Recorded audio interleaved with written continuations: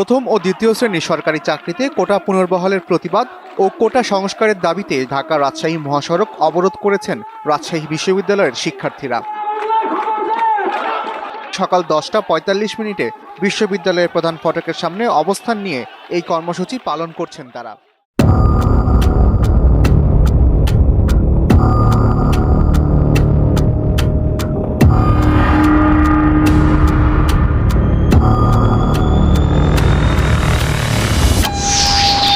আজ থেকে প্রায় 100 বছর পূর্বে মুসলিম সাহিত্য সমাজ কর্তৃক শিক্ষা পত্রিকা প্রকাশিত হয়। সেখানে লেখা থাকতো, জ্ঞান যেখানে সীমাবদ্ধ, বুদ্ধি যেখানে আড়ষ্ট, মুক্তি সেখানে অসম্ভব। সার্বিক দিক বিবেচনায় আজ জ্ঞান সীমাবদ্ধ নয়, বুদ্ধিও আড়ষ্ট নয়, এবং ছাত্র সমাজ বিশ্বাস করে মুক্তি অসম্ভব নয়।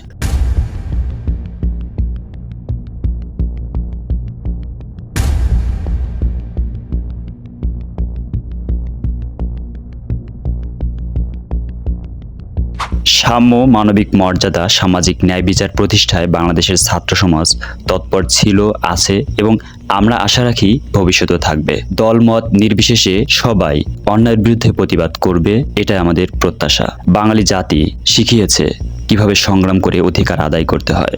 তারই ধারাবাহিকতায় কোটা পদ্ধতি সংস্কার আন্দোলন আমাদের অধিকার এবং দাবিসমূহ আদায়ের আন্দোলন।